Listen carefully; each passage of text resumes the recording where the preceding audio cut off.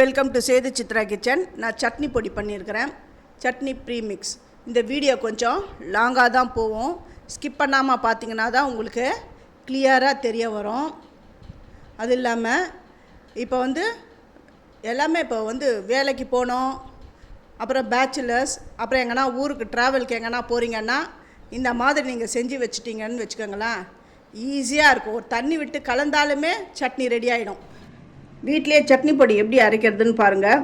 இதுக்கு 1 கப்பு பொட்டுக்கடலை எடுத்திருக்கேன், 10 நம்பர் காஞ்ச மிளகா, இது தேங்காய் எடுத்திருக்கேன். இந்த தேங்காய் முழு தேங்காய் போடுறதில்ல.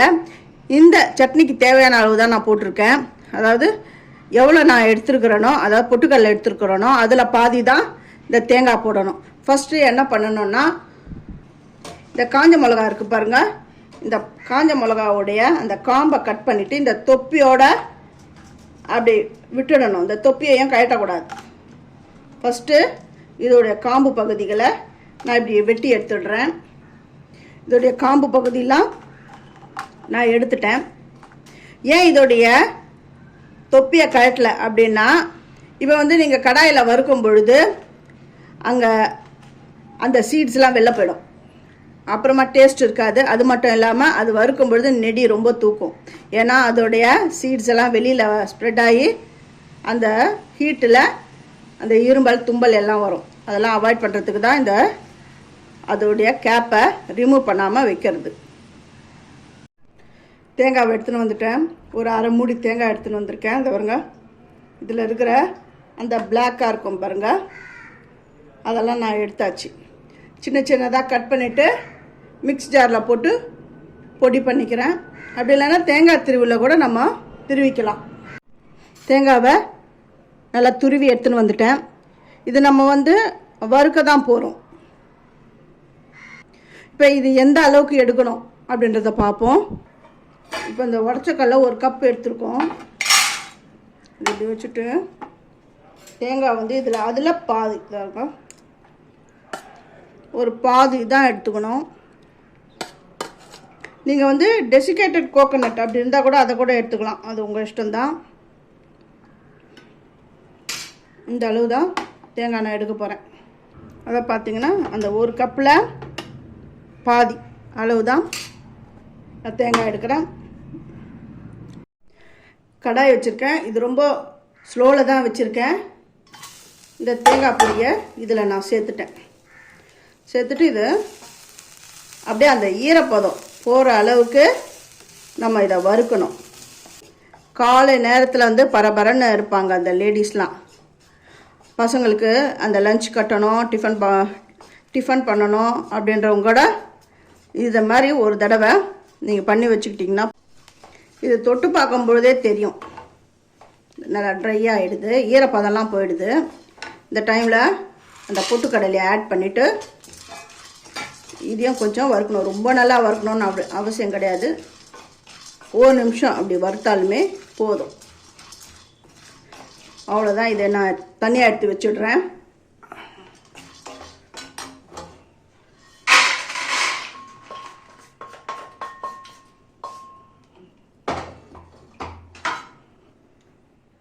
இப்போது ரொம்ப இல்லை, கொஞ்சமாக தான் நான் எண்ணெய் விட்டுருக்கேன். அந்த காஞ்ச மிளகாவையும் போட்டு கொஞ்சமாக வறுக்கணும்.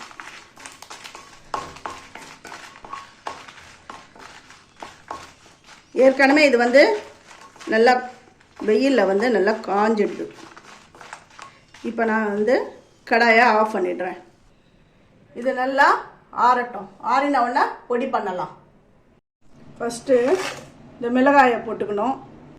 இதுக்கு மெயினான விஷயம் அப்படி என்னென்னா, ஈரமாக இருக்கக்கூடாது, நல்லா காஞ்ச ஜாரை தான் யூஸ் பண்ணணும்.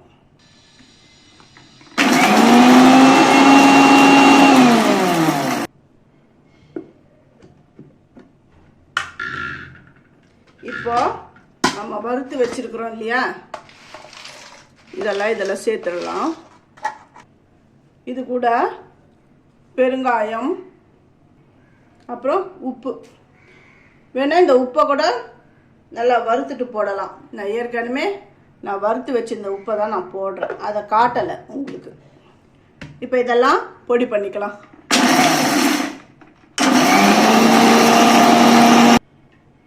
இதெல்லாம் பொடி பண்ணிட்டேன்.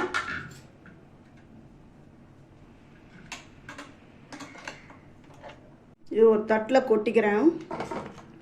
அப்புறம் ஒரு சின்ன ஒரு ப்ராசஸ் தான் இருக்குது. அதை செஞ்சுட்டு நல்லா ஏர்டைட் பாக்ஸு, இந்த பாட்டில் அதிலெல்லாம் நீங்கள் போட்டு வச்சுக்கோங்க. ஃபஸ்ட்டு அடுப்பு ஆன் பண்ணிவிட்டு எண்ணெய் கொஞ்சமாக விட்டுக்கணும். இது கூட உளுந்து போட்டுக்கலாம். ஏன்னா அந்த சட்னி எல்லாத்துக்கும் வரணும், அதனால தான் 2 ஸ்பூன் உளுந்து போட்டுக்கிறேன். அப்புறம் கடுகு,